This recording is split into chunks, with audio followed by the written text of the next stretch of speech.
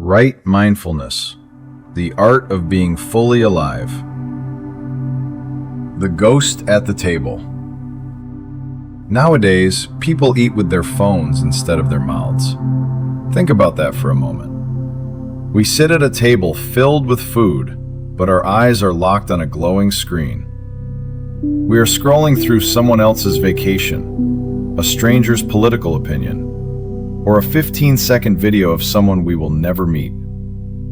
The food enters our bodies, but we don't taste the spices. The sunlight hits our skin, but we don't feel the warmth. We are physically present, but mentally, we are ghosts in our own lives, always somewhere else, always autopiloting through the only moment we actually have. This is the state of wrong mindfulness, a mind that is scattered, reactive, and fragmented. We live in a world designed to steal our attention, leaving us feeling hollowed out and exhausted at the end of the day, even if we haven't done much. But the Buddha offered us a revolutionary tool to reclaim our lives. It is the seventh step of the Noble Eightfold Path, Right Mindfulness. Right Mindfulness is not about thinking more. It is not a productivity hack to get more done. It is the art of remembering to be here. It is the practice of seeing life without the filters of our judgments, our fears, or our screens. Today, let's explore how to stop being a ghost and start being a participant in your own existence. Let's learn how to put down the phone and finally, truly, begin to eat. 2. The mirror and the cloud. What mindfulness really is. We often mistake mindfulness for thinking about what we are doing. But mindfulness is not thinking. Thinking is a layer of dust on the mirror. Right mindfulness, Samma Sati, is the mirror itself. Imagine a mirror. It reflects a beautiful rose exactly as it is. It reflects a dark storm cloud exactly as it is. The mirror doesn't judge the cloud, and it doesn't try to hold on to the rose. It doesn't say, "I wish the cloud would leave," or "I hope the rose stays forever."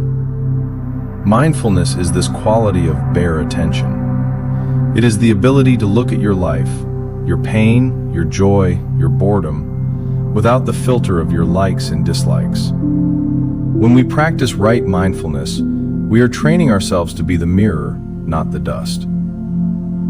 3. The four foundations. Reclaiming your existence. The Buddha provided a clear map for this practice, called the Satipatthana, the four foundations of mindfulness. These are the four anchors that keep our boat from drifting away into the fog of distractions. First, mindfulness of the body. This is the most direct way to stop being a ghost. It starts with the breath. Not thinking about breathing, but feeling the cool air enter the nostrils and the warm air leave. As we age, or as our lives get busier, we often treat the body like a vehicle we just happen to inhabit. We only notice it when it breaks down. Right mindfulness invites you back into your skin, to feel the weight of your body on the chair, the texture of the fabric against your skin, the rhythm of your own heart. When you are in your body, you are home. Second, mindfulness of feelings. In every moment, we experience a feeling tone. It is either pleasant, unpleasant, or neutral. Usually we are slaves to these tones. If it's pleasant, we crave more. If it's unpleasant, we run away. Right mindfulness allows us to sit still. When an ache in the knee arises, or a sting of loneliness hits, we don't react immediately. We say, "Aha, an unpleasant feeling has arisen." We observe it like a scientist observing a weather pattern. By watching it, we realize it is just a feeling. It is not me. Third, mindfulness of the mind. Have you ever noticed that your mind is a thought factory that never sleeps? Mindfulness of the mind is the act of stepping back from the assembly line. Instead of being in the thought of, I forgot to do that chore. You observe the mind having the thought. You see the mind when it is angry, and you see the mind when it is calm. You become the vast sky, and the thoughts are just clouds passing through. The sky is never damaged by the clouds. Fourth, mindfulness of reality. This is seeing the laws of nature at work in your own life. You see that everything is changing, anicca. You see that trying to hold on to things causes suffering. You see that you are part of a much larger, interconnected web of life. This is where mindfulness turns into wisdom. 4. The gap, the space of freedom. There is a famous idea often attributed to Viktor Frankl. Between stimulus and response, there is a space. In that space is our power to choose our response. In our response lies our growth and our freedom. Mindfulness is the tool that widens that space. Without mindfulness, if someone insults us, stimulus, we get angry, response, instantly. There is no choice. We are like machines. But with right mindfulness, when the insult comes, we see the sting in our heart. We see the heat rising in our chest. We watch it. And in that gap, we realize we don't have to be angry. We can choose to be curious. We can choose to be silent. We can choose to be kind. That gap is where your soul breathes.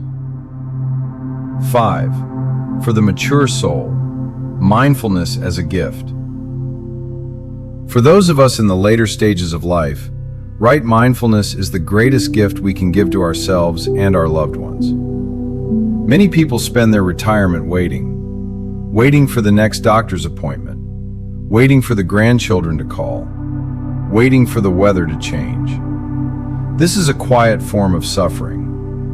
Right mindfulness transforms waiting into living. When you are mindful, you are never just waiting. You are experiencing the miracle of breath. You are noticing the way the light changes in the living room at 4 p.m. You are truly listening to your spouse, seeing the subtle lines of their face that you might have ignored for 40 years. To be mindful is to realize that you don't need more time. You only need to be present for the time you have. 6. Conclusion. The walk home. Right mindfulness isn't something you do on a meditation cushion for 20 minutes and then forget. It is the quality of heart you bring to your kitchen, your garden, and your conversations. It is the sixth step that clarifies everything we've learned so far. It takes our right effort and gives it a focus. It takes our right action and makes it sincere. Tonight, when you have your dinner, I invite you to try something. Leave the phone in another room. Before the first bite, look at the food. Think of the sun, the rain, and the hands that brought it to your plate. Taste it. Really taste it. For those few minutes, stop being a ghost. Come back to life. In our final session, we will reach the peak of the path, right concentration. But until then, remember, you are already here. You just have to wake up to it. Thank you for being here. If this journey is helping you see your world a little more clearly, feel free to share it. Let's help each other wake up.